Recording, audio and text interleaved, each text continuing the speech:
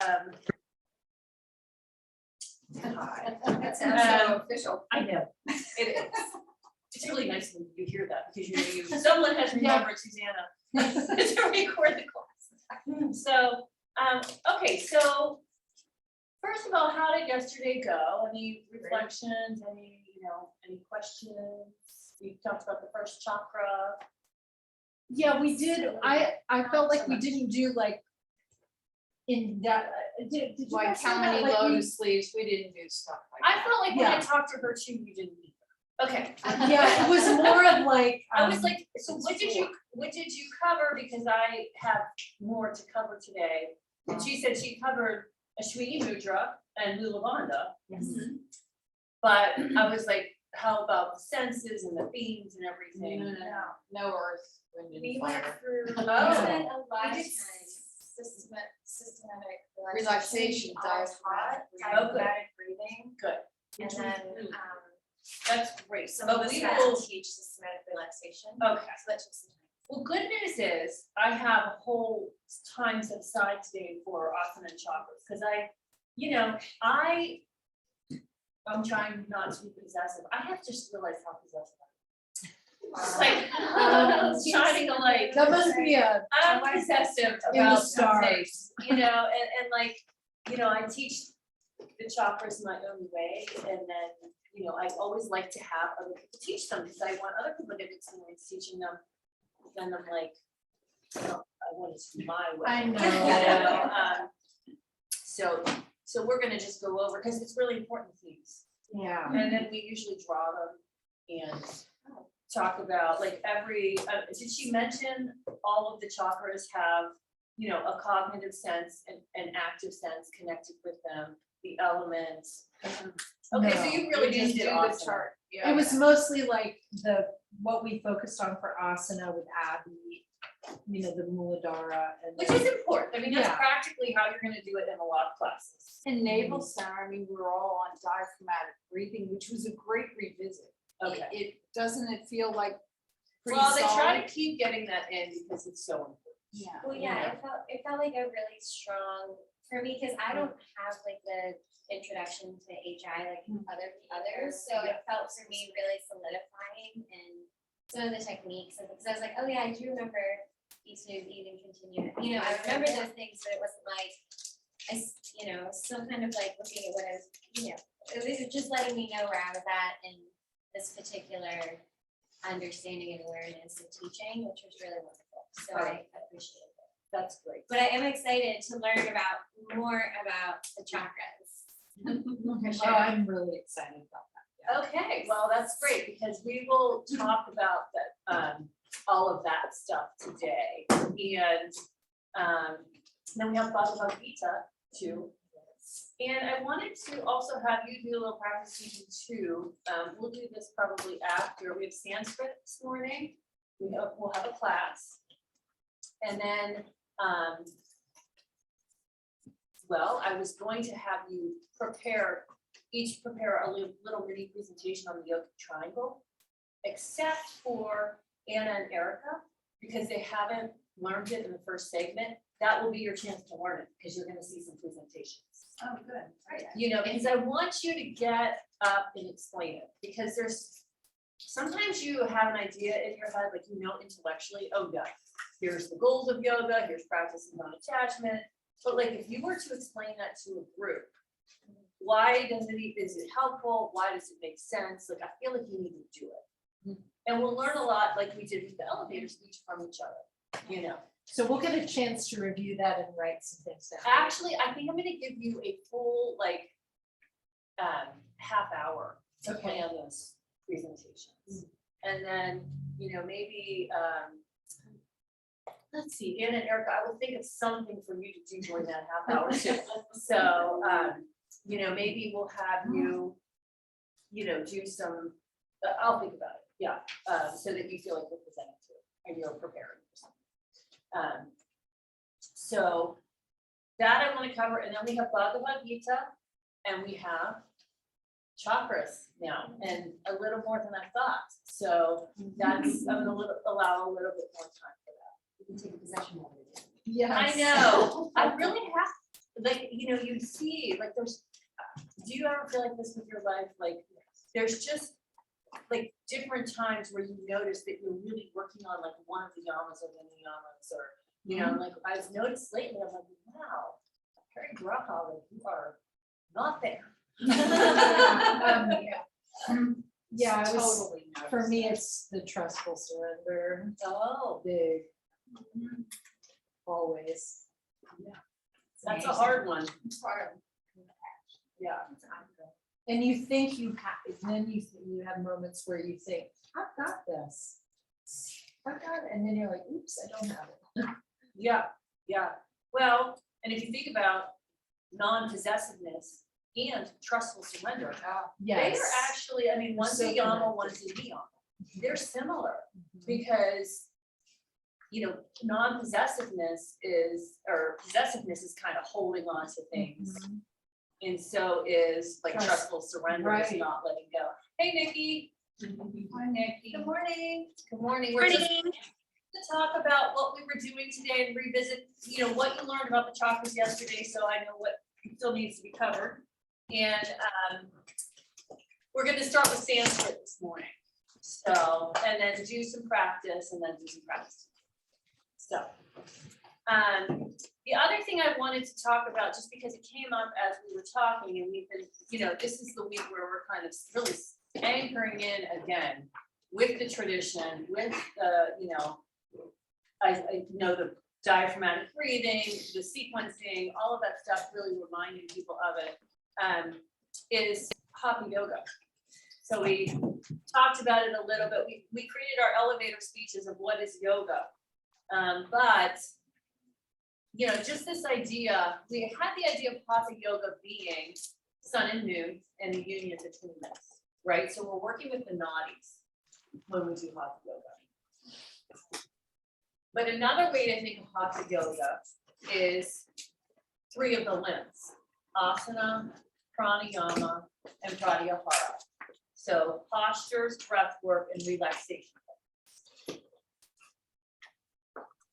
So, Hey, I just wanted to share quickly that yesterday someone asked me, what is Hatha yoga? And I was like, well, I just got a pretty clear definition on this. And it was nice to just be able to say some, Yes. about that pretty clearly. that's great. Yeah. Yeah, it's because people will ask you, or what style of yoga do you practice?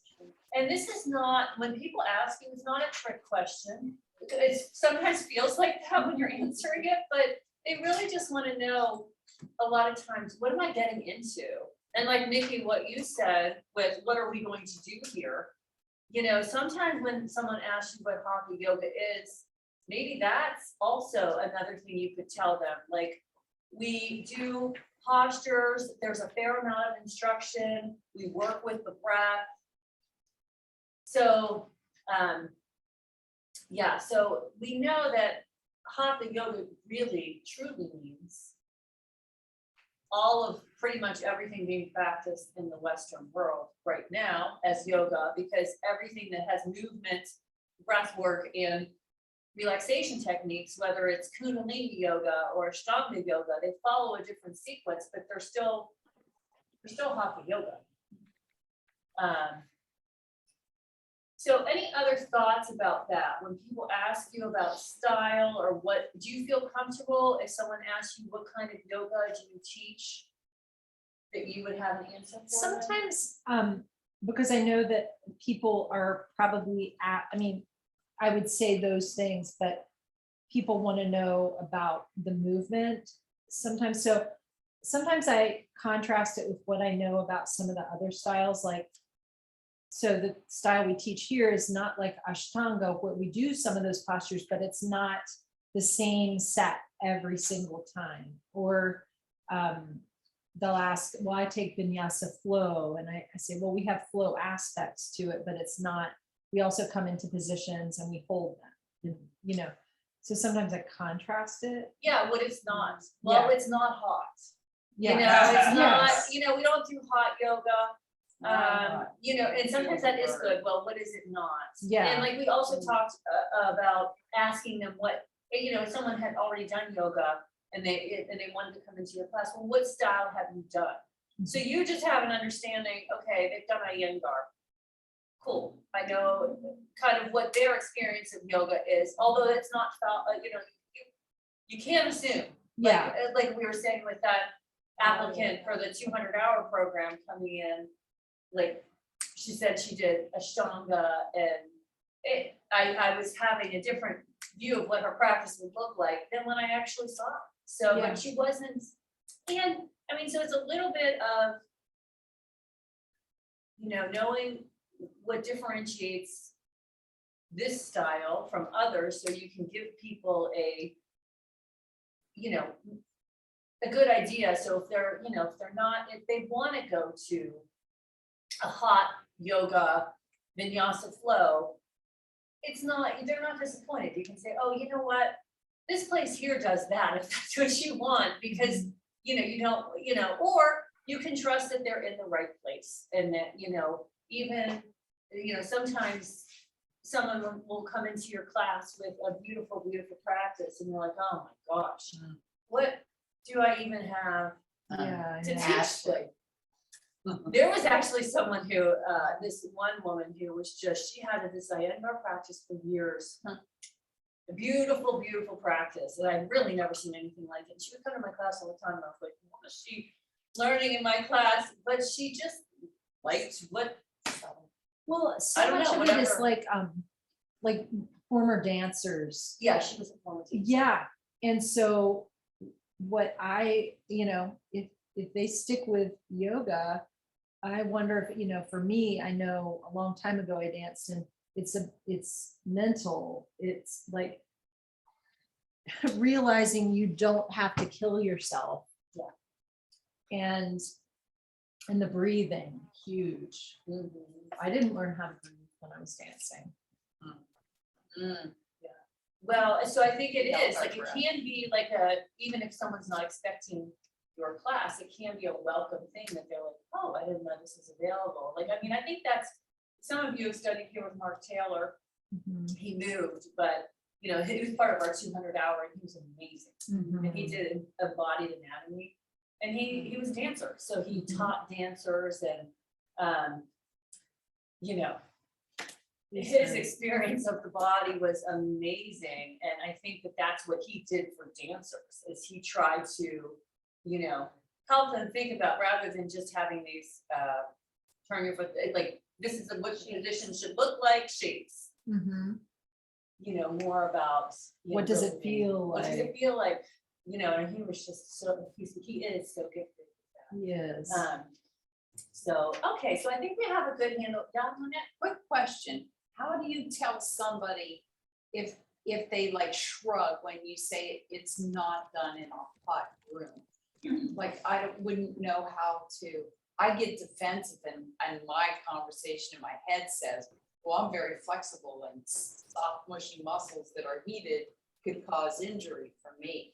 But that's very self-centered, so I generally I don't know what to say. If somebody carries it to like one next step about hot, it's not hot yoga, or you just. I mean, I always say with hot yoga, like, I mean, I don't mind, I don't think there's anything wrong with any style of yoga. Okay. However, I mean, I don't usually do hot yoga, because I do it every once in a while, like maybe once a year or 2 years, just For fun. the heck of it. But what I say is, we're heating up the body from the inside. We're doing warm-up techniques that warm up the muscles, so these are safe to do. Sort of the same thing that they're doing in hot, it's the same idea. From inside. But it's from inside, and we do a lot of warm up in our sequencing here to make sure the body's prepared to go to the next Mhm. step. So, That helps. So you guys have your classrooms set up for your practicing, because they people do are- get hot, yes. yeah. I mean, So I think, Oh. I have a question. What is it? hot is 95. Go ahead, Sorry, Nikki. Nikki. Okay, so Nikki's sorry, Oh, go ahead. we'll get back to that. Just a quick clarifying question. So I caught that you said that Hatha Yoga also can be considered the 3 limbs, asana, pranayama, and pratyahara. And I found that interesting. I felt a little surprised that meditation wasn't on there. And I wonder if that's because these 3 limbs lead to meditation. Is that why you categorized it that way? Yes, yes. Okay. And Hatha Yoga is generally not meditation. Like when people talk about Okay. Hatha yogis, and even in like the scriptures, they're talking about asana, mainly asana and they're not talking about, like they said, you may have heard, like there's certain things that you hear. For Hatha yogis, like one thing, if you stay in a headstand for, say, an extended period of time, half hour, something like that, that's one way to achieve absorption with Hatha yoga. So Hatha yoga, and you can think about, if you're interested in this, really the text that you want to look at is the Hatha Yoga Pradipika. Because that is a text that came out in probably like 1000 AD, or what did we call it, CE now. That's when that text came out, and it outlines like, I believe like 25, I haven't done a lot of work with this text. If you want to look and you want to work with someone who has, Sandy Anderson at the Himalayan has worked a lot. She does workshops on the Hatha Yoga Pradipika. But that goes over really 25 of the most common asana, and and it's an interesting read. The Bihar School has a book, has a good translation of it. I think we might have one copy here, but that it goes into, like, there's a verse, and just like the Yoga Sutra, there's a verse and then there's a commentary on it, and that's really like, so it's like, I think I just gave you now 3 different definitions of Hatha Yoga, so it makes it more confusing. We have Ida Pingala Sushumna that we're dealing with.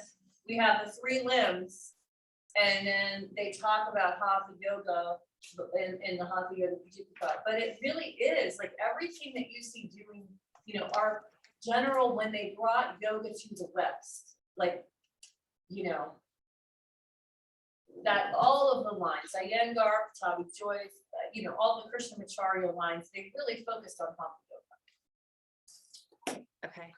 So then now I have a second question. It's okay if you want to come back to me, but it's about our lineage then, because our lineage seems to me to focus heavily on the purpose of yoga via the Yoga Sutras, which is to come to meditation. So can you give me sort of a not like a big picture of yoga, but like a medium-sized picture of yoga in the context of our tradition then?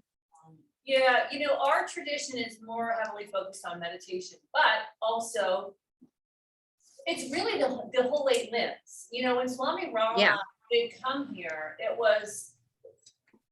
he did Hatha Yoga, but he really was talking about meditation. He was talking about breath work. But it was more, if you have read any of Swami Rama's books or seen any videos with him, there's a lot on YouTube if you would like to look at some videos. And when the yogis came over here in that time frame, and even before with Yogananda, they were really, I want to say, simple and direct with their teaching. There wasn't a lot of words. There wasn't a lot of, it was basically like, here's what you do. If you would contrast Living with the Himalayan Masters, which was basically an autobiography by Swami Rama, with At the 11th Hour, which Panaji wrote, which was a biography that filled in the gaps of living with the Himalayan masters. I guess what he did is he lived with Swami Rama, and he read the book Amala, so he read it 108 times. And then he wrote this biography, but it's much more intricate, let's say. When they first came over, and remember, they didn't really have a lot of command of the English language either. So their teachings were really simple.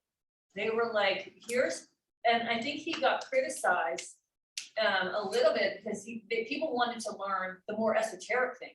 They asked Swami Rama, well, okay, we already know how to diaphragmatic breathe diaphragmatically.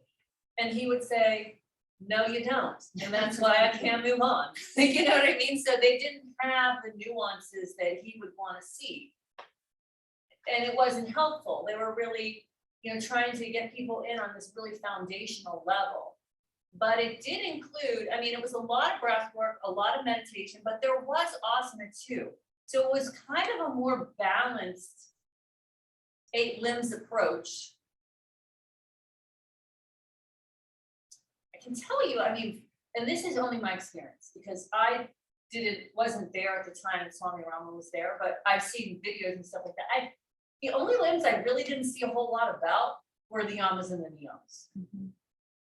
So, and now they teach them. It was part of our training always. Like when I did the training, how many years ago, yamas and the niyamas were really important. They really focused on the 8 limbs.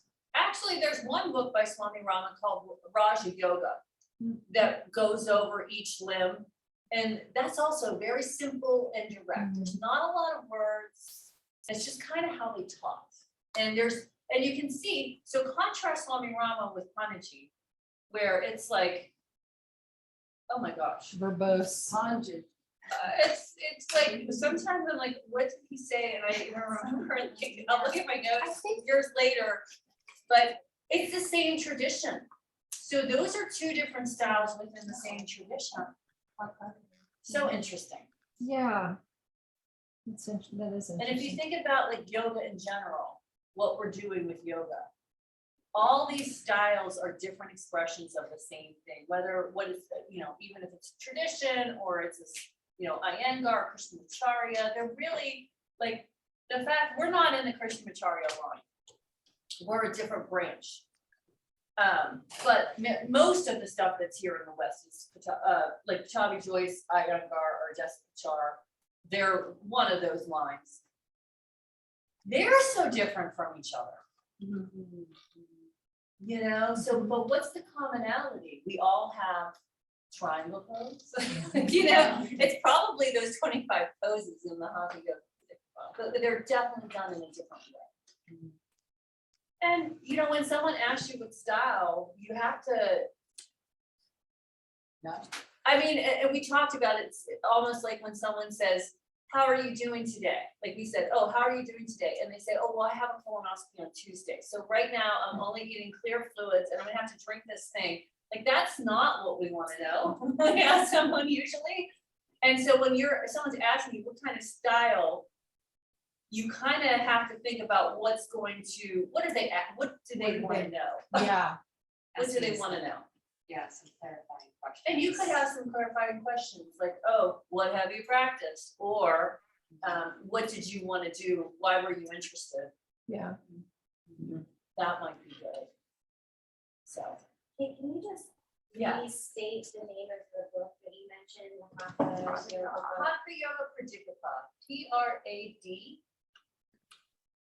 I have to write it on the floor. I know. I was like, Everybody's telling me. I don't know. Sorry. No, it's okay. I just couldn't do it in my. It's Pradipika. Killed it, right. There you go. And that's by Swami Rama. No, that's one of the Bihar books. Well, it's actually an ancient text, but like the Okay. only translation I've seen that I've actually had any experience with is the Bihar. And they tend to be pretty classical and good books. They're a very similar expression of yoga as our tradition. So. Okay, so I think that's good. The other thing I want to say, just because we were talking about hot yoga, just to finish up, that you know, we talked about being in, heating up from the inside. But that whole idea, I don't really know what Patani Joyce, that line of power yoga did as far as heating a room. But I know when Bikram started heating the room, it was only 86 degrees. Yeah. So Like 100 now.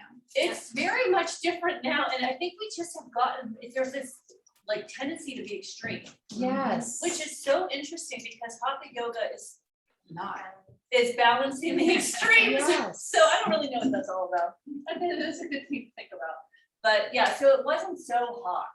And the idea was to warm up the muscles. But as we know, we can do some targeted work to warm up muscles so that we're safe. I've actually had teachers turn off heat in classes that I've been in because it gets so hot. Students can practice, and I've had athletes and dancers and people who definitely have some real awareness of their bodies, you know, training from like, you do warm up from within, like it's not safe for some people to be in those environments, they'll get overheated. So there, I think that you're right, I think it's too extreme, and all the heated classes that I ever were in were never higher than 85, something in the 80s, nothing was ever hotter than that. Yeah, I That's have dangerous. been, like, my experience of this is just, so you have one more experience with all the experience you have. Like, my experience is I did one, I'll say hot yoga, I won't say exactly which one, where the room was like 100. Yeah, Oh my yes. And I It's insane. went home and I curled in a ball in my bed and I laid there and I felt very, very sick. Yeah. And when I talked to someone later, they were like, oh, you're probably detoxing. And I'm like, no, actually, I think my body's in shock. I did one, I did, That felt almost heat stroke. Yeah, and that's Yeah. called like, That's actually, you really wanna be careful when someone tells you they had a hard time and not like, you know, I feel like that's not real responsible to say, oh, you're detoxing. You know, I feel like we have to be careful about that. You had heat stroke. Yeah. Extracting all the fluid in your cells. Yeah, well, I mean, there was that I did retreats at the place in Sedona, which was kind of weird, where they had the sweat lodges where people died. yeah. Yeah, sure. That was very, you know, It's like a hot tub for some people. It's not letting involved. people out or telling them that they're having an experience when they're having a different experience is just really unsafe and not responsible, you know, so. Ahimsa. Yeah, ahimsa, that was not, yeah. So we want to be careful that, you know, just, you know, our classes tend not to be extreme. And one thing Hanaju said that I do take, and I think about sometimes in a turnover, is he said you really want to follow the, and I'm paraphrasing because I can't remember exactly what he said. He said, but the gist of it was you want to follow a middle moderate path. Because if you get extreme in either direction, you lose sight of the truth. It's like when you get tunnel vision Laser, and like all you yes. can see is, you can't see everything else. Yeah. And that's really, you know, helped me because, you know, yeah, I feel like, I remember some of the things you said about Ayurveda, dosha imbalances, like, you know, you think, you know, Vata or whatever thinks, oh, well, if I take one scoop of this, it must be good, so I'll take more. I'll just, Right. you know, or it just, yeah. the way I we can- have mistakes in the elect. Yeah, yeah. Yeah, it's really interesting. Mhm. And, That would be good advice for the entire world right now. yes. Yeah. Because we're living in such extreme. We're in a very polarized, yeah, and so maybe everyone should be doing hatha yoga since that's what it's supposed to do. Yeah. But, you know, it's really interesting, and the best thing you can do, I think, is just watch, you know, where you're extreme. You know, watch where you feel extreme and question as to why is that, what is that about? And there are some things where, you know, like we're talking about the Bhagavad Gita today. So there was a really, what we're gonna see is that Arjuna is a warrior and he doesn't want to fight. And he gives all these wonderful reasons, rationalizations, why he shouldn't have to and why it's wrong ethically. But the fact is, he's a warrior and it's his dharma. So sometimes, you know, it's our path. You know what I mean? If we still feel like, not like we're being extreme, but if we feel strongly about something, it's our path. You know, and it is, you know, we're not getting out of it because we're afraid. You know, we have to do it. But you know, and then it takes some, and that's why the Bhagavad Gita is such a great text, because it gives some guidance as to how to understand which one you're in. If you're just afraid of moving forward and you're afraid of the next step and your life seems overwhelming and you just want to run and hide, or it truly is too much strength. So, yeah, we'll look at that right away. That's, you know, sort of the beginning parts of the Bhagavad Gita. So. Okay, so I think what we're gonna do is switch gears to Sanskrit. And we're going to recite the prayers. Now, Eric and Anna, you may not know the prayers of the tradition yet, but they're on page 88 in your manual. And they're in the first part of, you have mastery basics, they're the first couple pages. Yeah, and I printed out those things that we had for this session. Yeah, So I okay. didn't know, which page 88 is this? Yes, or it's on the first couple pages of mastery basics. So you can, we're gonna recite it. We try to recite it one time each week when we're here.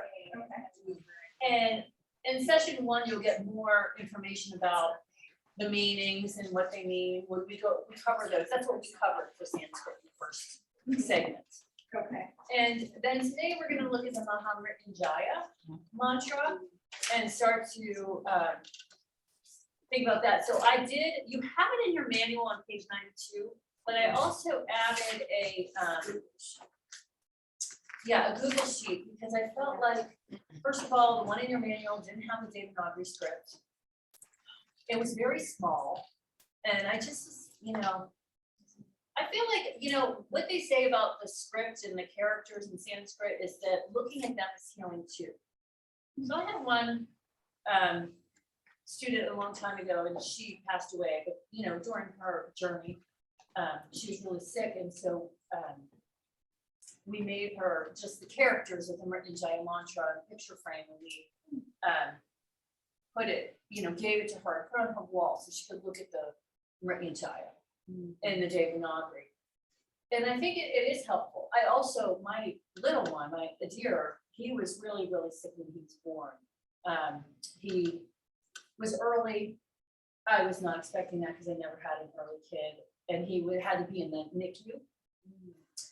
And I was really mad. You know, like mama bear, like they wouldn't let me hold him, which I fought. And it was just a weird experience, but I put a recording in his incubator of the Mrityunjaya mantra on a loop. And it just went and went and went, and you know, he pulled it, and time passed and he got better. But you know, it's a really comforting mantra to have. So we'll talk about that right after the prayers, and I'll give you some more information. We'll learn that. We're learning in this segment, we're learning the Mrityunjaya and the Gayatri. So they're two, and you may know them already, but there's always more to glean from them, and you know, we want to make them part of your support. You know, so when you need it, when you're in a time where this mantra would be appropriate, you can do a practice with it. So you have the Devanagari there in the sheet, and we'll talk a little bit more about the mantra. Okay. So prayers are on page 88, and we'll just come to comfortable seated position.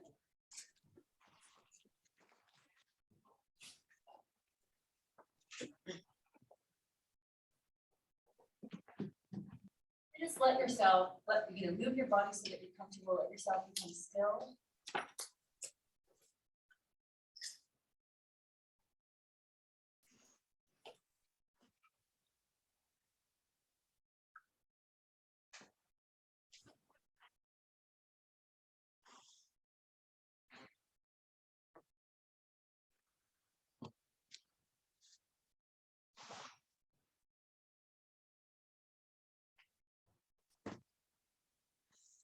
Notice your breath.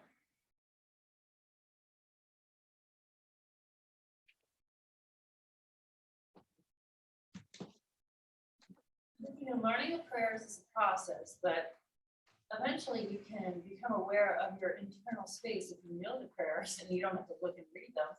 And just feel that vibration moving in the space of your body.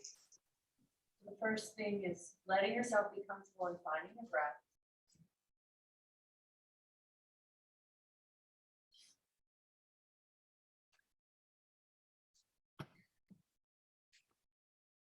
And then we'll start out with 3 ohms and then just go into the prayer. So take an inhale to prepare.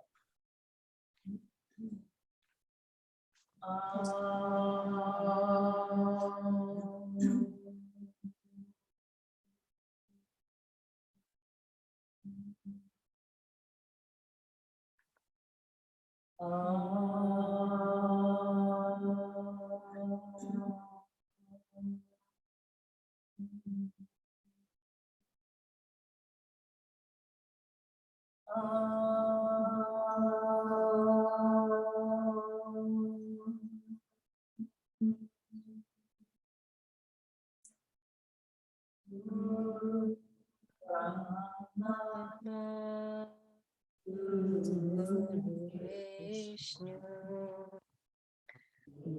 Guru Maheshwara Guru Sakshat Param Brahma Tasmai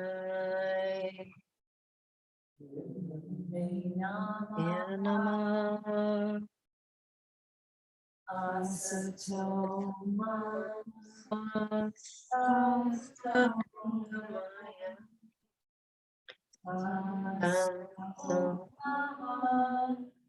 Joy to you,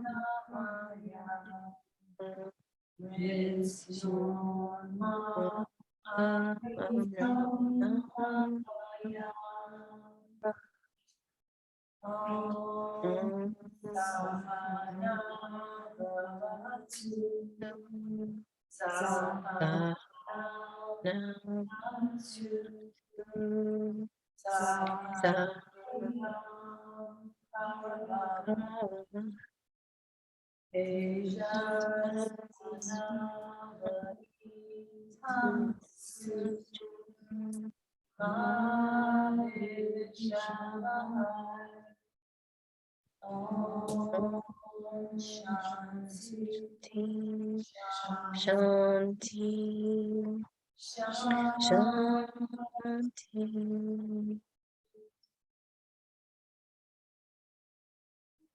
Rest with that awareness of the space.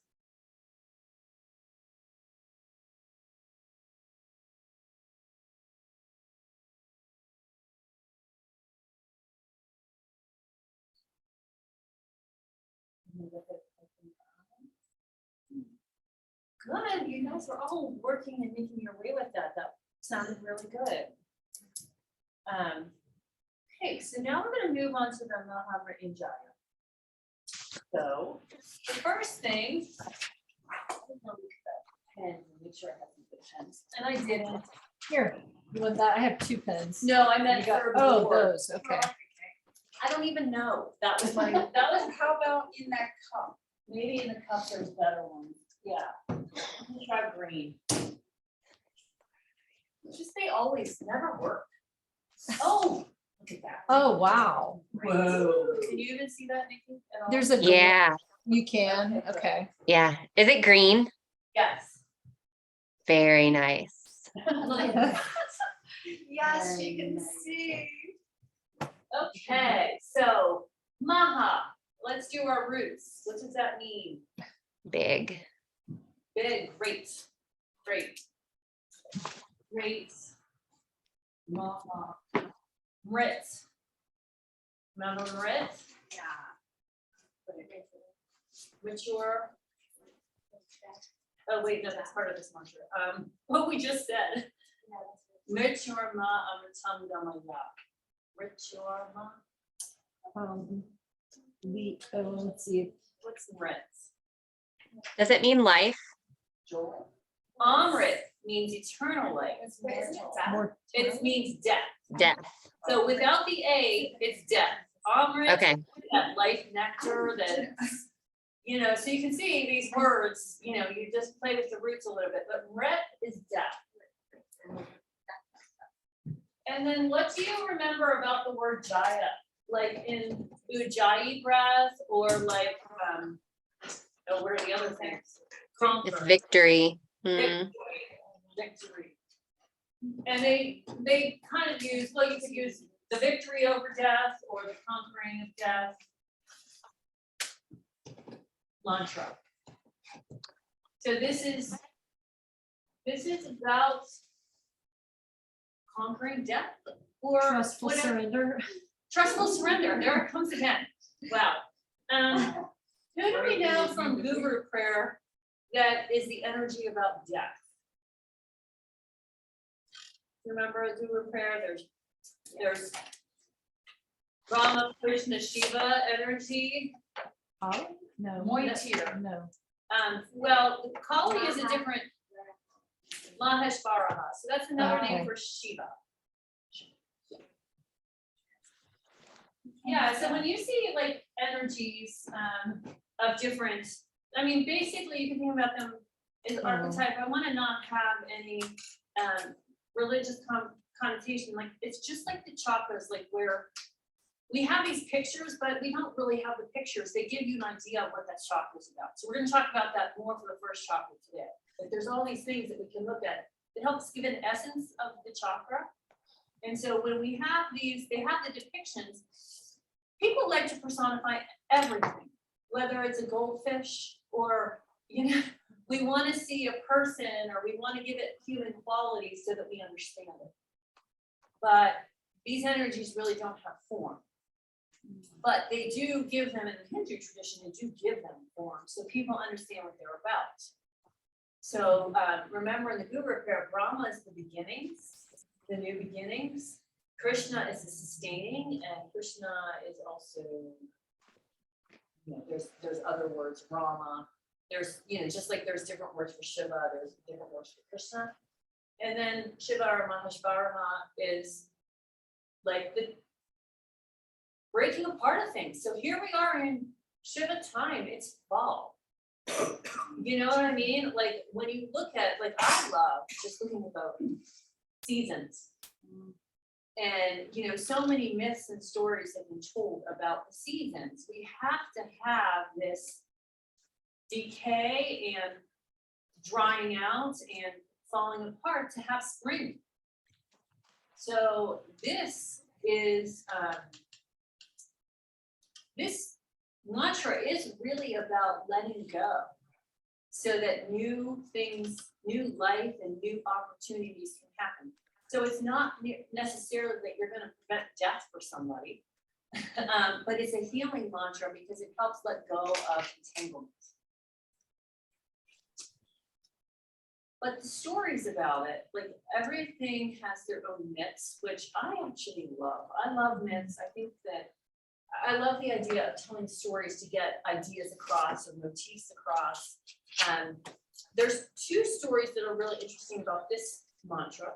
First of all, the mantra is found in the Rig Veda. So we talked about the Vedas. The Rig Veda is the oldest Veda. And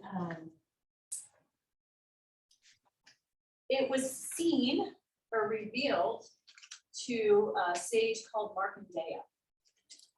So, you know, mantras are revealed through meditation to these seers. They experience this vibration and meditation, and then they're able to pass them on. So Markandeya, this is an interesting one, and it's similar to the Gayatri, where these are considered prayers and mantras. So with the difference between maybe a prayer and mantra, simply, we're not getting into it today, is, you know, the mantra is a sacred sound, so the vibration is what is important. And prayers have a little bit more of a, yeah, come wherever you need to receive. Prayers have a little bit more of a, not specific sound, but like, it's more of like an opportunity to connect to some kind of energy, or it's not a sound, it's not based on a sound, but this is both. There's kind of a feeling behind it or an essence behind it, and it is a sacred sound, but the syllables make a sound or a vibration. So Markandeya is a very, you'll hear a lot about him.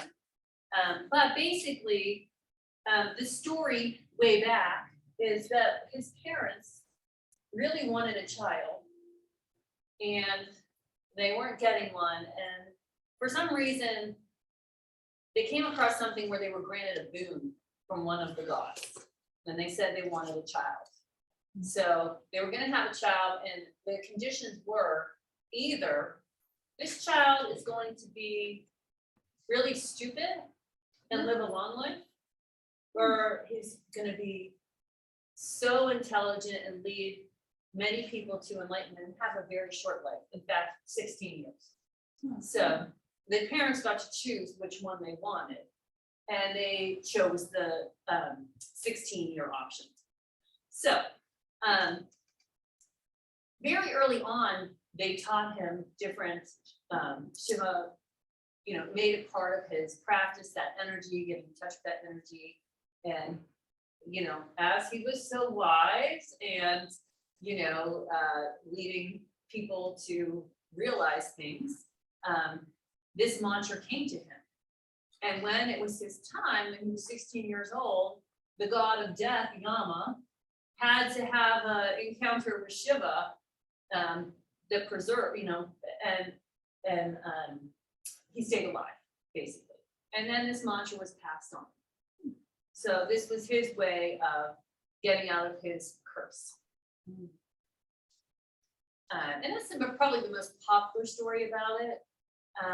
There's another one that I like even better, and it's like it was told to me so long ago. It's like a joke that's told to you, you forget the details sometimes. Yeah. But I remember the gist of it, so I can tell you that. And it's just a nice way. This mantra is also connected like with the moon.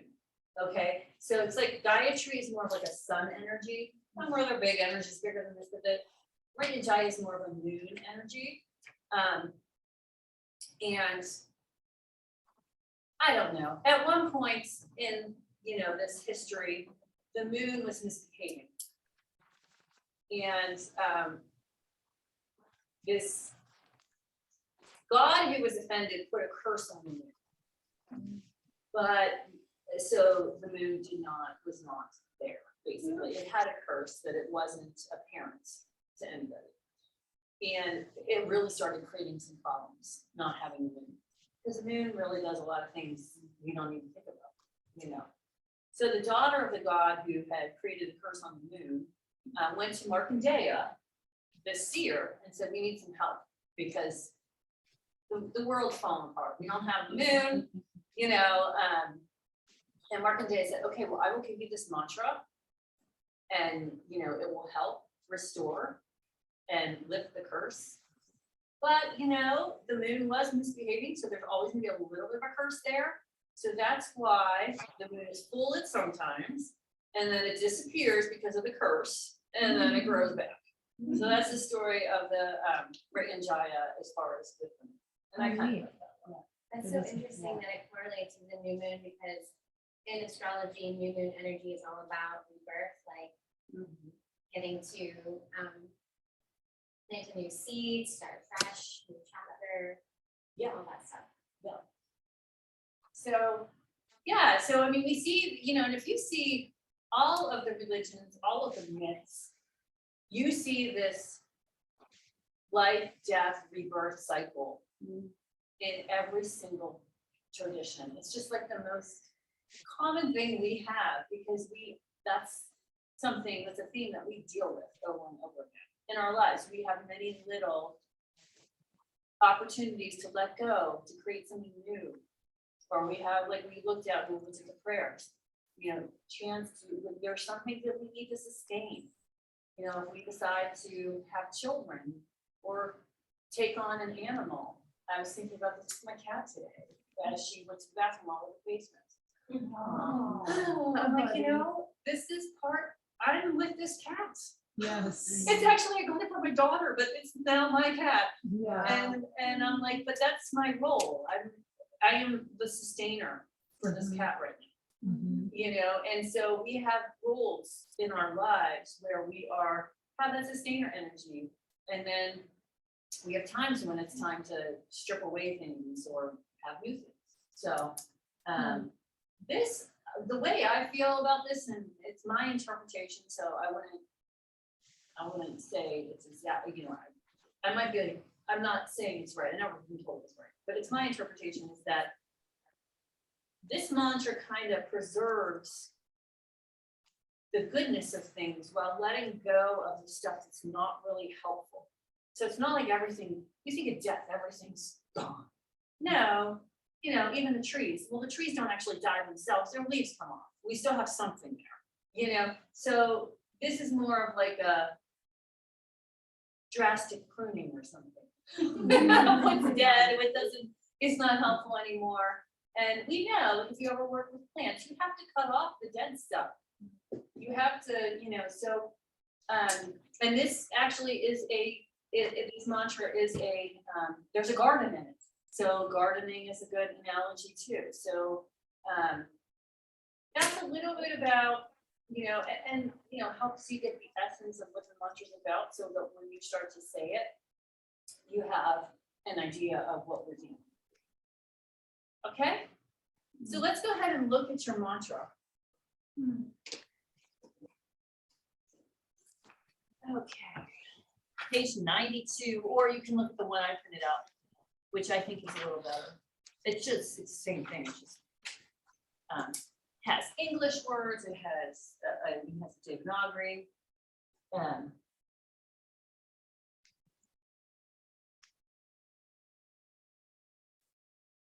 So would anyone volunteer to, well, if you have page 92, read that first paragraph. Okay, Shiloh's reading for us, because I think it'd be good. Can you hear me, Nikki? Yes, yes, I can. Thank you. The Maha Mrityunjaya mantra is a healing and nourishing mantra and is, in a sense, the heart of the Vedas. The healing force awakened by this mantra sends forth its ripples from body to psyche and from psyche to soul. It strengthens our powers of will, knowledge, and action, thus unlocking the flow of enthusiasm, courage, and determination. The vibration of this mantra awakens the internal healing force while attracting nature's healing agents, creating an environment where the forces from both origins converge. This mantra connects us to the healer within and helps us receive the full nourishment from food, herbs, or any discipline undertaken for our total well-being. Thank you. So I love that, because Yeah. that is one thing that, you know, one idea that I kind of forgot to say is that it attracts the healing forces around us and it stimulates our healer from within. So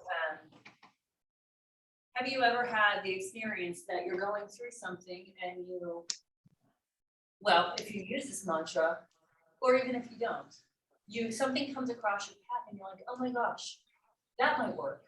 Yeah, totally. Especially with Ayurveda, because, you know, there are certain things that, you know, or, you know, I was just thinking the other day, like I've gotten into the practice of boiling over the summer because it was so humid, you know, and, you know, now I was talking to someone and, you know, they were like, I think I want to be in like a bath of warm gel. And I'm like, oh, that sounds weird. Like I was like thinking, I'm trying to and I'm like, that would be icky on you. I'm like, you know what? You need oil. You know, it's just out of mind because I wasn't doing it. Like there's so many things to do. So I was like, wasn't connecting with it. But then it appears. Or maybe you get, it can be, you know, in any form. Like one of my favorite books is Satanic Verses, because it's banned in Muslim communities because they feel that it makes fun of the Muslim faith, which I didn't read it that way. But there was this prophetess like this woman, who was a leader, and she was leading people to enlightenment. And she was just a beautiful character, beautifully written. She had butterflies that just covered her whole body, and she would eat them. They would fly into her mouth because they loved her so much. But she didn't wear clothes. She just had these butterflies. And when someone asked her where she got her revealed knowledge, it was in the songs of popular rock songs. Like the lyrics of popular rock songs, they would come to her in that form.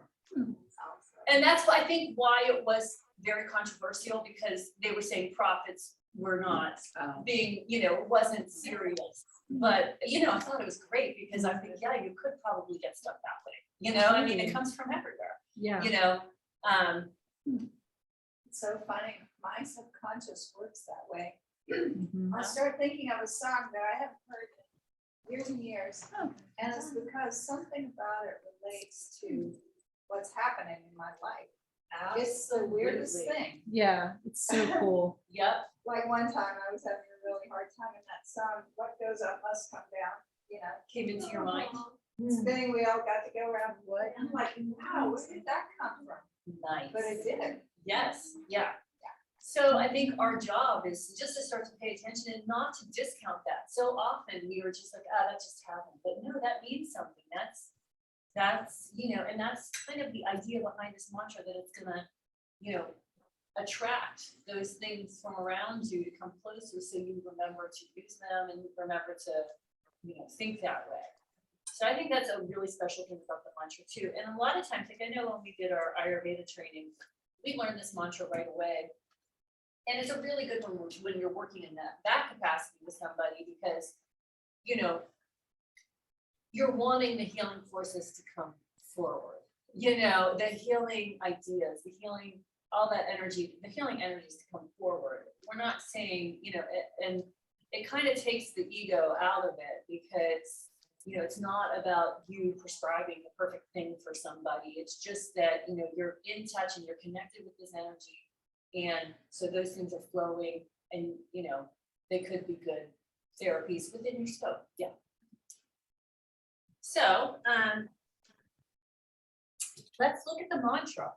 I thought we might look at it line by line and word by word, because why not? Syllable by syllable, no, we won't do that, but maybe for the first one we will. So Om, that's a very, it's kind of like you have all the sounds there, and then you're going to be more specific.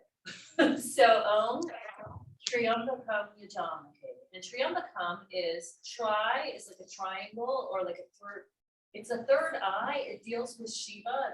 That's a word that represents Shiva, and it's the third eye, and it's the eye that sees inside. So the healing.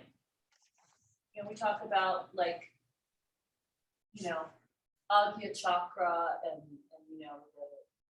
the eyebrow center, third eye, but we have these eyes, if we think about, let's see out into the world, and then we have this eye that kind of governs the health of the body.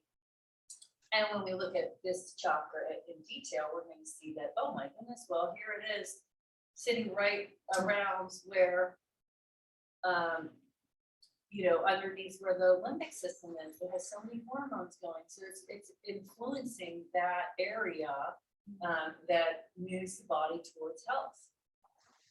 So you're saying, you're recognizing, and I think when we talked about prayers, we said there's different kinds of prayers, and there's ones that are like glorifying, or saying, oh my goodness, can you believe this energy? That's one type of prayer. This would be that kind of mind. So Triambakam is the third eye one that looks within, or heals, third eye healer. Looks within. And Kate, when we think of the third eye and relate it to Shiva, can you just say like a little bit about that? What's the relationship there? Like the ability to be self-aware, like that is Shiva. You know, I don't know. I don't want to say anything that I'm not sure about. Like, let me think about that a little bit more. Okay, I'll ask you again later. Like why the third eye would be connected with Shiva rather than Brahma or, you know. Let me think about that. That's a good question. I mean, I've always just heard Shiva.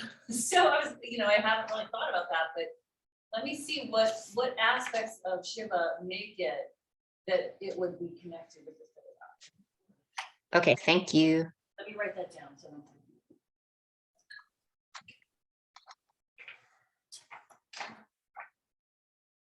So Shiva is dissolution.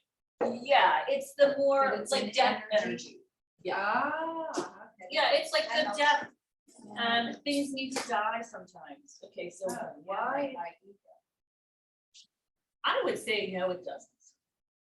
Well, egos usually just need to be polished. They don't need to be killed. Yeah. That's soft. Ego's not always Just your need some ego. polish. Or a lot of Trust or surrender. Yeah. Involves me. Let go. Every time we meet here and do this stuff, we are working on it. We are, you know, I mean, it's just like putting yourself in the space where we're talking about this. Okay, so I'm gonna look for that for Nikki. Okay, Yajama A.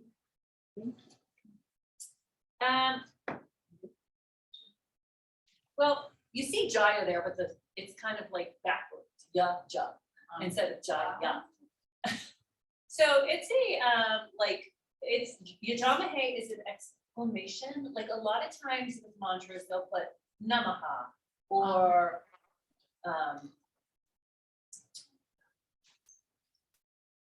there's other ones, but Namaha is probably the most common, and it means like an honor. It's like I'm honoring, I'm recognizing, I'm holding in high regard this Triambakam, this third eye energy. Say that again, what is Namaha?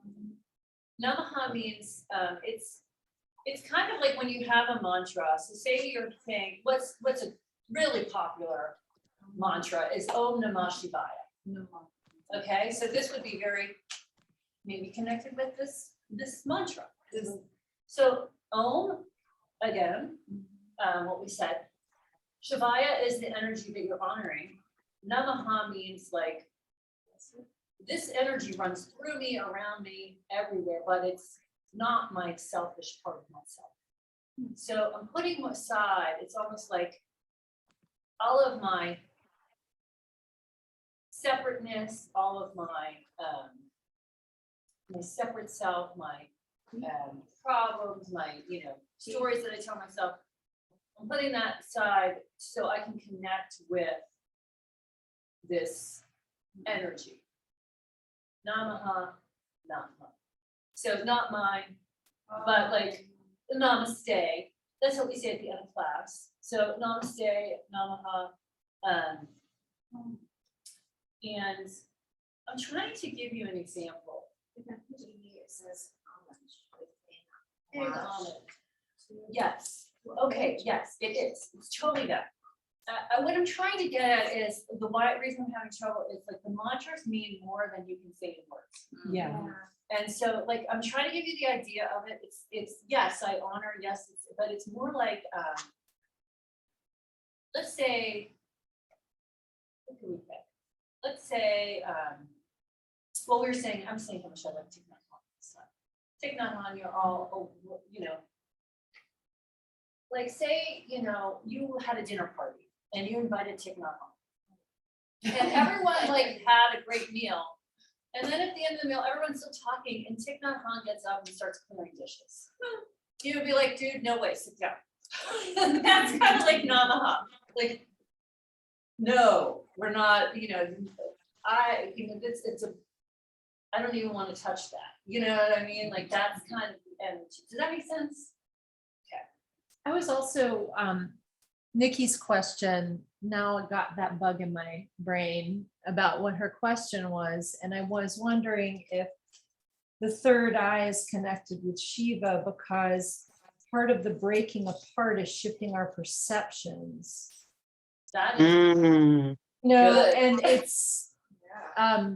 that's what it is. It's It like changing, and activating a new way of seeing. That rings like something I've heard before. Yeah. Okay. Yeah, I That's- think you're heading in the right direction. Yeah. I have a question about, the translation that, I guess we're probably gonna read that too, but I think it aligns exactly what Susanna is saying. It says, I meditate on and surrender myself to the divine being who embodies the power of will, the power of knowledge, and the power of action, like things that you take through your vision, what you see, how you're perceiving, and then how you take action upon that based upon what you want.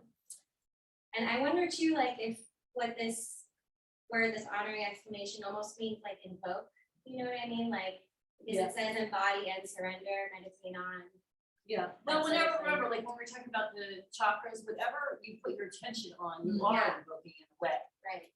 But I also, when I look at that, I see, this is something, what I noticed about the tradition in all my years. They sneak things in. And you're like, oh, that's what they're doing. So this is really esoteric, like, I'm just putting it out, we don't have to stay on it for sure, but I just noticed it was there. So there, you know how like they have like sacred geometry? And they have the triangle.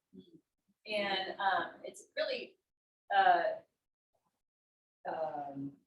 it's at the very beginning of the Yoga Sutra, the Atta, like it has a more esoteric meaning.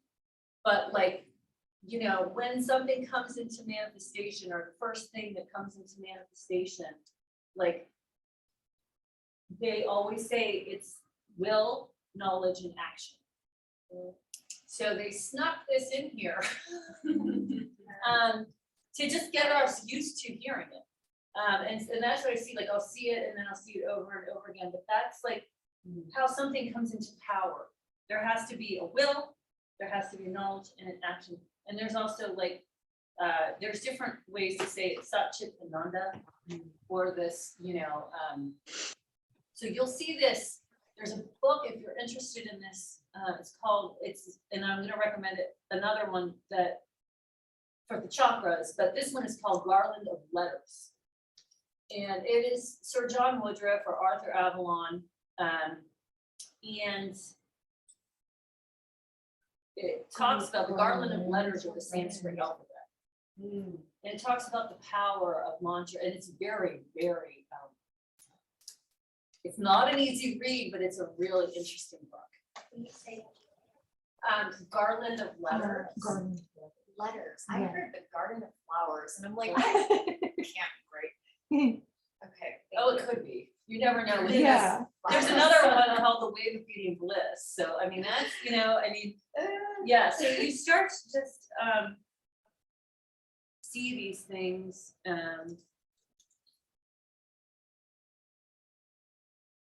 We're gonna say another book on chakras. Yeah, serpent power, I have here. It's the same, I'll talk about it today when we talk about the chakras, because that's a one you probably want to have in the library, as far as I'm concerned. It's very, it's not an easy read. It was written like in the early 1900s. I'll tell you the story behind it, but it's really, since it's so old and it's so specific to be written, so carefully translated, some of the things that more modern things that you read about chakras, like if you read that, it's a little bit closer to what people was actually revealed to be seers. You know what I mean? So we'll talk about that. So anyways, we have this one line. Triambakam Yajamahe. So can you say that? Triambakam Yajamahe.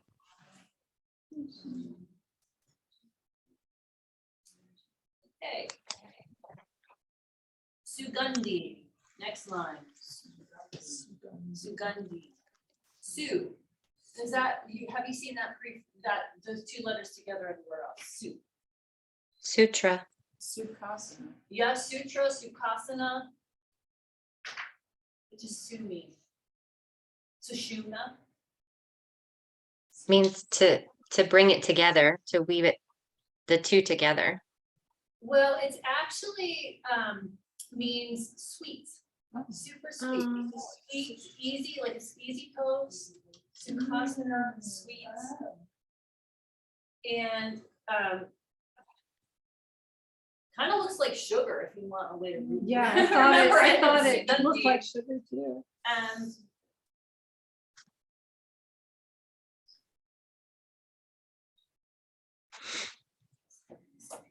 Sugandham is like a sweet, there's gonna be starting to talk about a garden, a sweet flowering Oh, the nectar. nectar. Let me get to that one.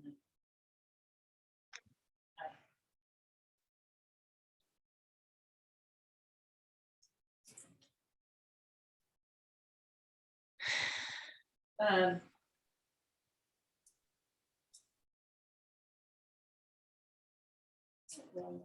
So Sugandham Pushtivardhanam, that is like a skillful gardener who preserves the sweetness of the garden.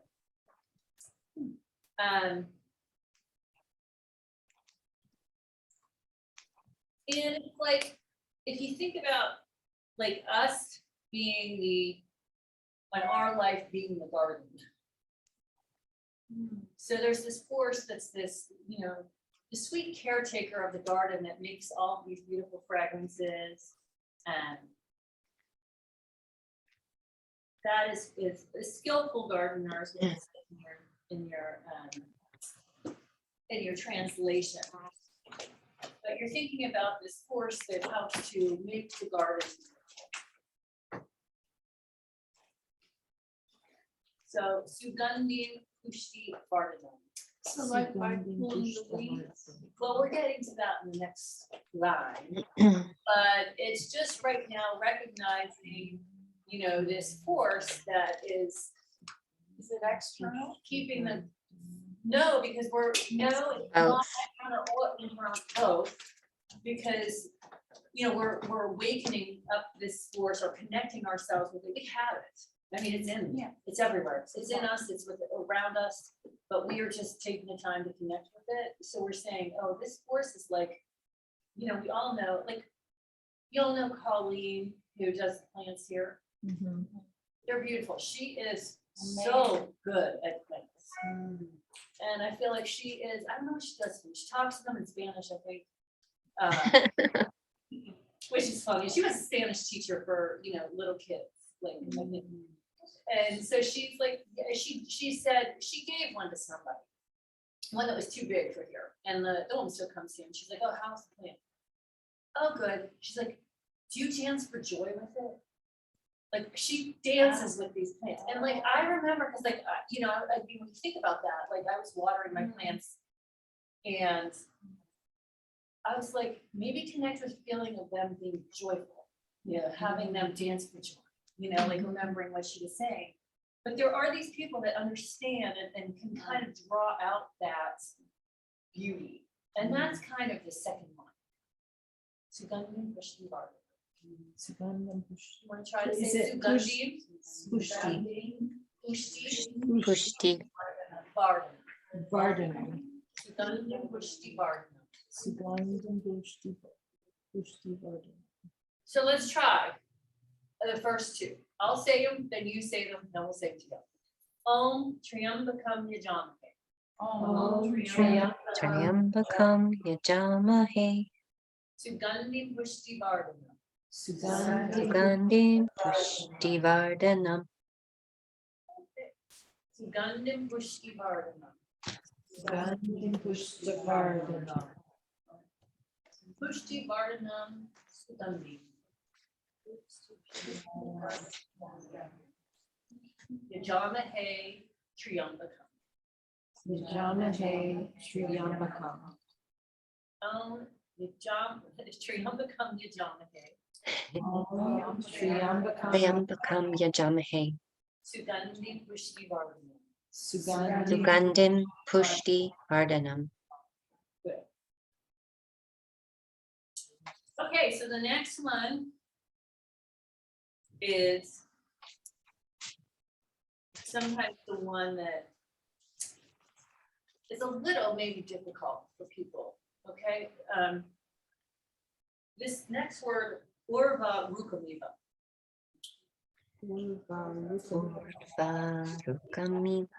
Let's just say Rukamiva. Rukamiva. Rukamiva. Rukamiva. Orva Rukamiva. Orva Rukamiva. Orva Rukamiva. Orva. Okay, so this is like a pumpkin plant or like a gourd where it gets all those vines and everything gets tangled up. The Orva Rukamiva plants, some plants. Yes, it would probably be translated as, you know, a pumpkin plant. Yeah. One time I was here, somebody, I'm telling you, it's weird, sometimes weird things happen. I looked out the back window. I never noticed before. It was just, Rolf was with me. We looked out the back window and there was vines everywhere. There's not now. Someone had planted pumpkins and it had taken over the whole backyard up. Back here? Yes, Oh it my was the weirdest thing. I looked out and it was one day there. And I just looked and I said, Orva Rukamiva. Orva Rukamiva. So these are these, you know, and what do these vines and things do to other plants that are trying to grow? They choke them out.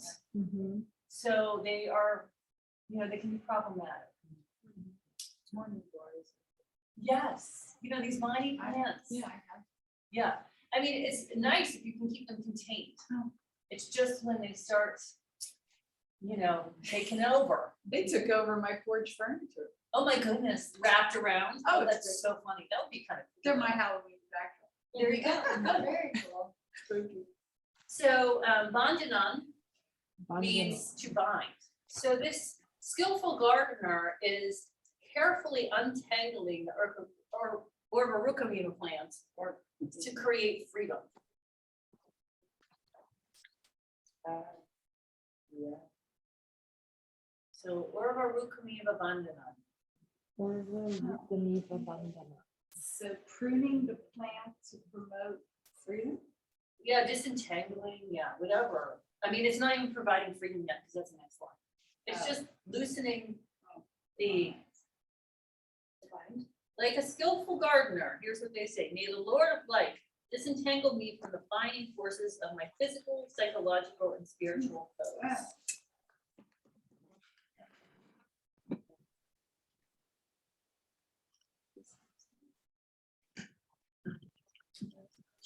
You have this experience that,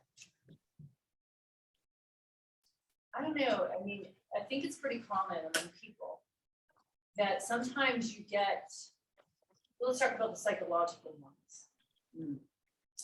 You know, you get on a train of thought that may or may not be true, and you just can't stop thinking about it. You are bound to it.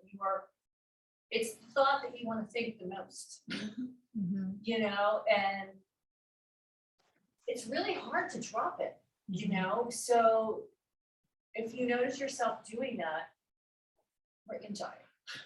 Okay. Yeah. It's so funny. I went yesterday morning. Yeah, last Just night. minute. Yeah, I was I just totally like, yeah, oh my God. You know what's so great that you have an awareness that you're doing it. Like, I think that Yes. that's the main Yes. thing, because like, if we weren't doing this, we could be going on being rolled about by our thoughts that we get stuck on. And then, you know, we wouldn't even realize, but now we have the insight and awareness to know, oh, it's me being stuck on this thought. Maybe I can drop it, maybe I can't, but at least I know. And I think, Once you know, you like open the door. yeah, and this is, so everyone kind of knew what I was saying there. Your students are going to come in with this.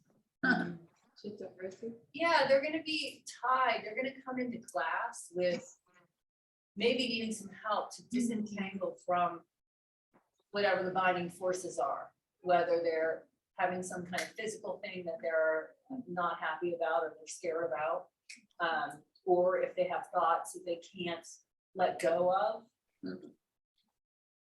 You know, or, you know, and what does that do? I mean, really, if you think about it, if you have physical stuff, if you have thoughts that you can't let go of, that's what you're focused on, and there's not room for a spiritual connection. There's just not even, how would you even do that?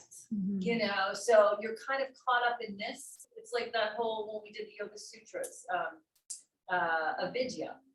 You're caught up in the minutia. And so you don't remember that connection to everything around you. And that's kind of, you know, why these forces are so binding. So compelling. Yeah. Yeah. So these are all tools. Yes. Yeah. Is this the script Yeah. for life? I mean, Or is that the Bhagavad? there's so many tools and there's so many, because we are so caught up that we need lots of them. So, you know, you can see it here, you can see it here. And this is where it all starts to come together. Like, you're like, okay, I understand this because I've seen it in the Yoga Sutra. I've seen it in the Bhagavad Gita. I now see it in this mantra. This is what we're dealing with, you know. I have a real life suggestion for when you're obsessed with something, which I definitely have been. Write it down, put it away, you know, and then you can let go more easily. I remember one time I was obsessed with something. I was having a problem, and it was it was time for me to go take Abby to visit colleges. And I wanted to be a good mom to her and not be obsessed with my thing that was really kind of hard. And so we wrote it down, and on our Airbnb, we put it on a shelf. We're like, that's on the shelf. Yeah. We're gonna come back to that later, but I had to physically do it because I really wanted to be present for her. But like, I mean, I have compassion for myself too. Sometimes we get caught up in these things. Yeah. But that was a way for me to like, okay, this is on the shelf. It's there. I'm not, I will deal with it, but this weekend is about her, you know. So there are all different tricks we can do to, you know, say the mantra, do the physical things, you know. God box that I created. Yeah. Oh, cool. I like decoupage the outside, and I have a journal that matches it, and it's on the shelf in my bedroom. And I write down whatever it is that I'm obsessing or whatever, and then I just fold it up, put a date on it, and put it in the box. This is an idea for someone else, but it really works. It It's on helps the you, shelf. sometimes it helps you let go. I let go of it much easier. Yeah, you know, and someone asked me sometimes because, you know, they were coming with an aversion to, you know, they were grown up in a religious, that was a tradition that was oppressive to them the way it was expressed. And they were really nervous about doing these rituals, the fire ceremonies and everything like that in yoga. And sometimes it's these, like you do something on an outward, you make these outward gestures to remind you of something inward, you know, so it's like a, you know, it does work. Like I remember one time there was this one where you offered different things like price and stuff like that, and there were different things, you know, different ideas for each of the things you were offering. And Rob told me, he said, you know, if you get a chance, do it actually physically at least one time, because then when you do it, you know, symbolically, it'll have a, you know, be more, yeah. So Integrated. yeah. So then balance the God box or, you know, with a gratitude. Yeah, Like or- you're doing a gratitude. Or list. just do a Mrityunjaya mantra, Aha. you know what I mean? Or, you know, yeah, you could have some things, you know, there's, you know, have you all had rituals that have been meaningful to you? They don't have, like I had one where I wrote down all of the roles, like ROLES, like the roles that I had to like everything that everybody thought I was. Whether it was a mother, whether it was a meditator, whether it was a sister, you know, I wrote down all the roles and I cut them up on little strips of paper and I burned them all. You know, because it made me feel better. You know, it was like, you know, yeah, it's like, no, I no. I buried the ashes after I did something like that, so maybe it'll grow into something else. That's that's a nice way to do Isn't it. that cool? So we have these things that like help us. Sometimes we need something physical to help Definitely. us. Definitely. So, but you know, and then we also have this mantra, which is more subtle. So, okay, so we have that, and this last line is Mrityur Mukshya Mamritat. So we have a lot of Mrit in here, death. We have Mrit and, well, this is just for grammar, Amritat. Mamritat, it says, but it's really Amritat. So Amrit is like that everlasting life, you know, where Mrit is death.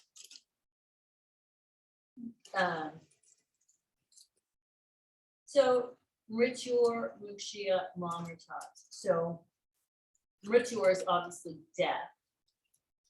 And Mukshya is free me and lead me to Mamritat or light.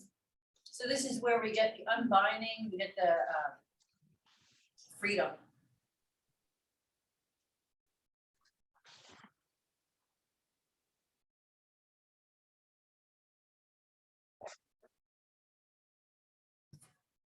Can you pronounce those again? Mrityur, you can say it, Mrityur. Mrityur, Mukshya Mukshya, Mamritat. Mamritat. Mrityur Mukshya Mamritat.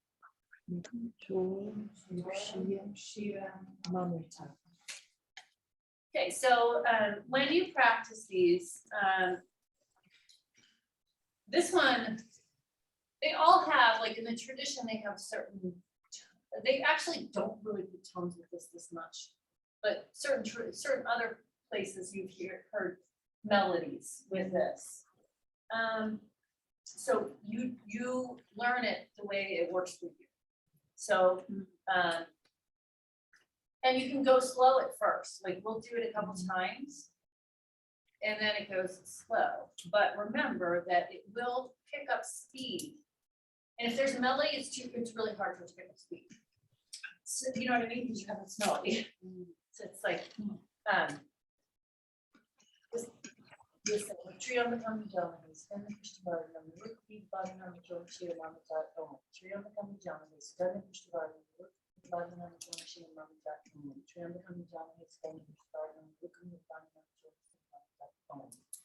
So it rolls in your mind eventually, and your mind can go faster than your mouth can.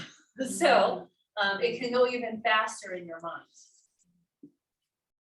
So Does Pandaji do these too? yes. Yeah, and there's a, we can put a link on the classroom of Hanaji doing it, and he will pick up pace, and you'll be surprised at how fast I it remember rolls. you had sent that to me a couple years ago, I think of this one, and I Yeah. was just like, oh my God. Yeah. It's going really fast. Yeah. It's not you're trying to go fast, that's just the natural speed of it as it, I mean, you wouldn't go slower once it went faster. And I mean, if, you know, the thing is, remember, it's the sound, but if you need to go a little slower to learn it, well, of course you're gonna go slower to learn it. And then if you need to, every once in a while, go slower just to remember the essence of it, like, what's it gonna mean? What does that mean? You know, like sometimes you need to get something to help draw you into the practice a little bit more, remember what it's all about. So maybe you do a couple repetitions a little slower, and then you pick up the pace.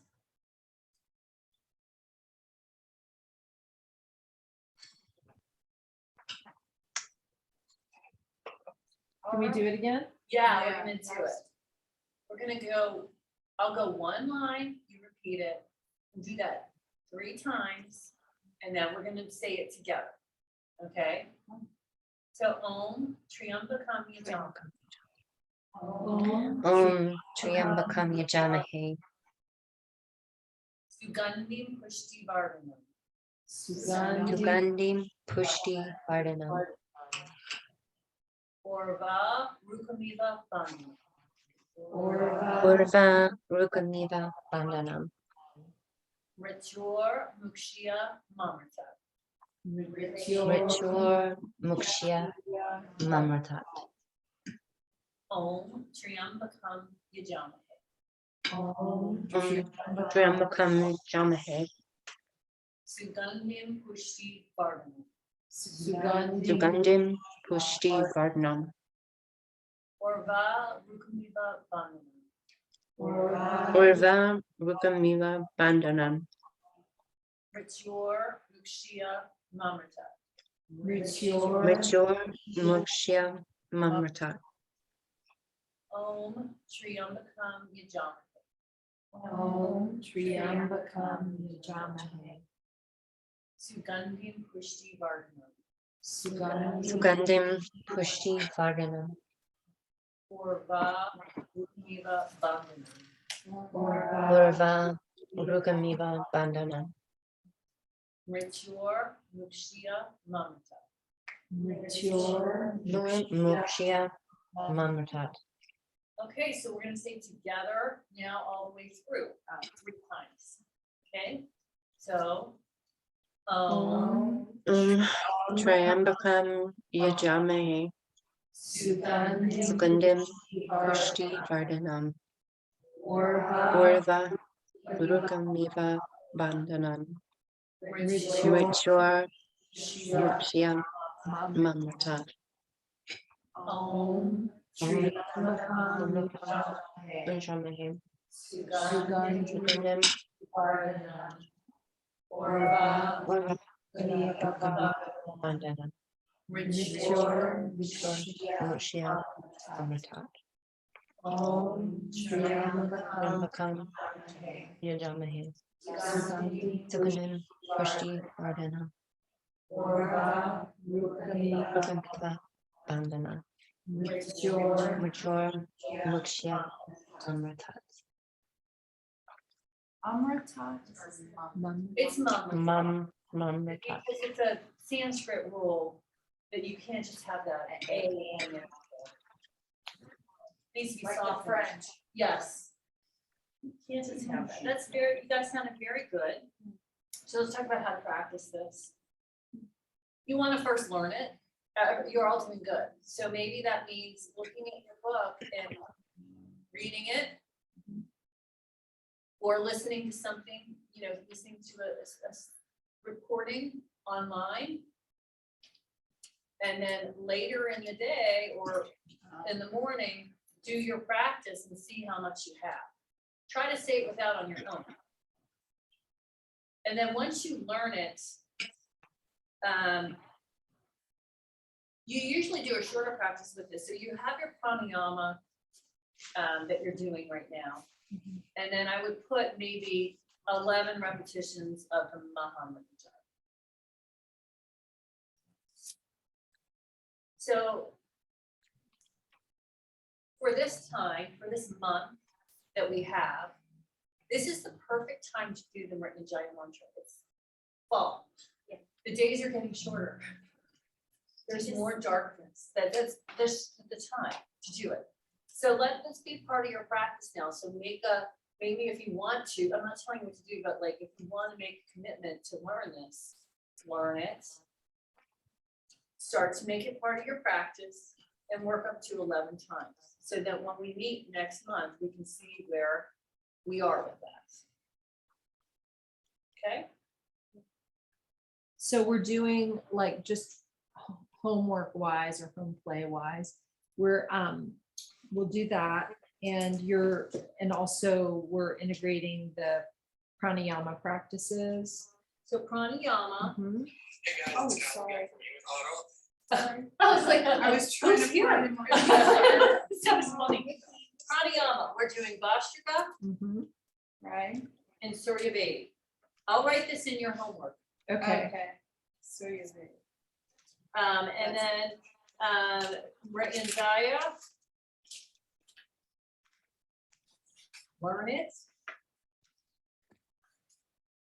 Work up to 11 times in meditation.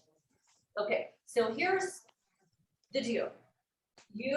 When you meditate, you always have a focus, remember, obviously.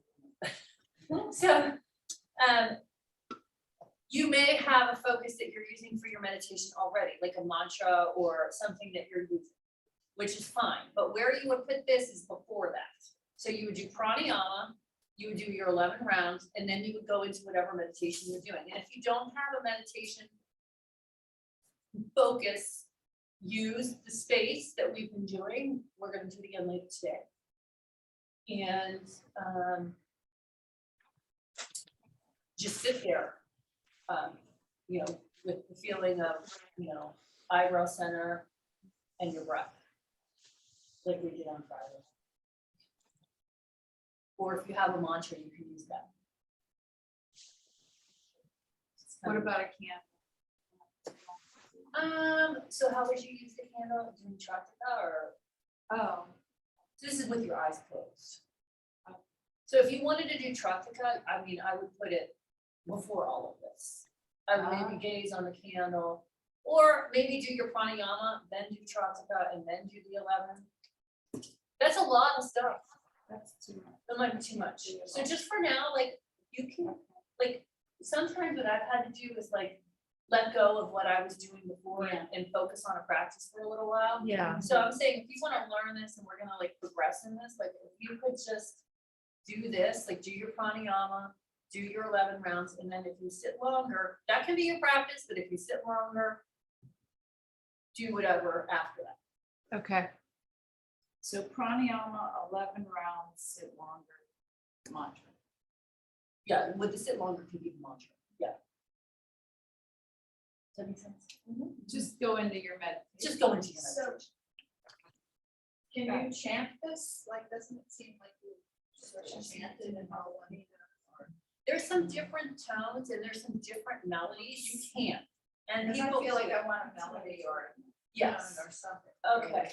Well, I'll put a link on with the chant, with the sound. Okay, yeah, because I think the sound would help me. Yeah, the sound, the melody does help people learn things. So that's, yeah, that'll be helpful. Yeah, like the guy. Yes, the Gayatri mantra has a more I like, love that. well, I mean, Krishna Das made it that popular and it's actually not traditional, but it is really helpful for learning. Yeah, and it's beautiful. It's beautiful, yeah. So, well, this is not as beautiful, the one I have. So we're gonna add it. It's more of a traditional Indian chant. Is So, that coming from YouTube then? no, it's gonna come from a link. With At the HI. That's first. I really. I have a comment. Yes. I have a comment about what I have heard about teaching this with respect to a melody, and your mileage may completely vary, but I have a deep relationship with this prayer and mantra, using it both ways. And I teach it as an invocation. So I open my own practice with just 3 rounds of the Maha, and I open like every class I teach with 3 rounds. I've taught seniors, I've taught my kids, and I teach survivors. And the feedback that I have gotten from all 3 groups pretty unanimously is that they actually found it a heck ton easier to learn without the melody, because those are 2 different things to learn, and that with an even tone, it's easier, it has been easier. I'm just giving you the feedback. They have said that the pronunciation is enough all by itself. So maybe other people will have a different experience, but just wanted to put that out there in case you do like experience that, or people do give you that feedback, that maybe try teaching it without first. Because that's what I heard, is that that was overwhelming. Yeah, I think that's really interesting. And I've often wondered why there's really not a set melody for this one. I've heard different ones, but there's not, and I'm wondering if that's why. Maybe like, you know, Asatel Ma with that melody, it's so easy to learn. But there's a lot less sounds with that. And so that might be an easier way to learn that one. So that's good just to know that that's gonna be that.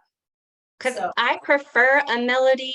I like it personally. It is very pretty to me. It enhances, you know, the practice. When I say the Maha, the melody of our tradition comes to me.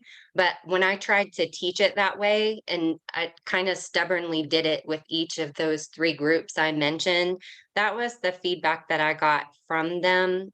So I just pass it on to you. Again, you may have a completely different experience, but that's one way that I could participate and be helpful and tell you what I experienced. I've taught it to several groups and have been teaching it probably since 2016. And that's what people have told me, that it's overwhelming to try to learn the pronunciation and then put it to a melody. People like to just say it fairly monotone.